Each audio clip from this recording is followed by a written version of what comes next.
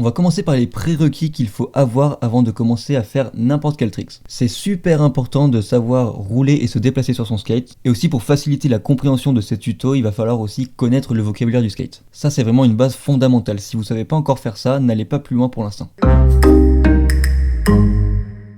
Un frontside 180, c'est un ollie avec une rotation à 180 degrés. Le corps et la planche tournent dans le même sens, le sens du dos. Ce trick va être très important car c'est une fondation pour les autres tricks en rotation que l'on apprendra par la suite. La clé de ce trick va être la rotation des épaules. Si la rotation ne s'effectue pas correctement, c'est probablement dû aux épaules qui ne tournent pas assez. Comme pour tous les tricks, il va falloir rouler un petit peu pour faciliter l'apprentissage et optimiser la rotation. On va venir positionner son pied avant un petit peu sous les vis, perpendiculairement à la planche pour avoir le meilleur équilibre et le meilleur emplacement pour accompagner la rotation du 180. Le pied arrière quant à lui est un peu plus à l'extérieur du tail, du côté des talons, pour pousser vers l'avant et commencer la rotation.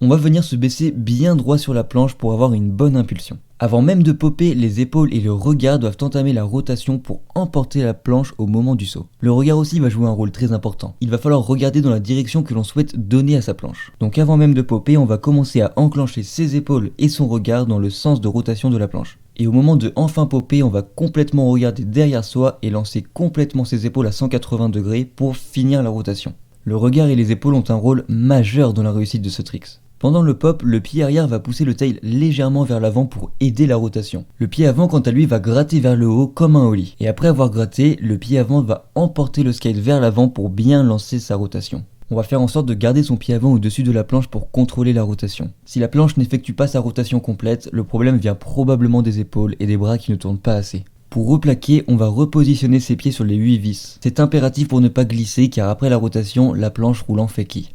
Et comme à chaque replaque, il va être très important de bien plier ses genoux pour baisser son centre de gravité et donc conserver un meilleur équilibre.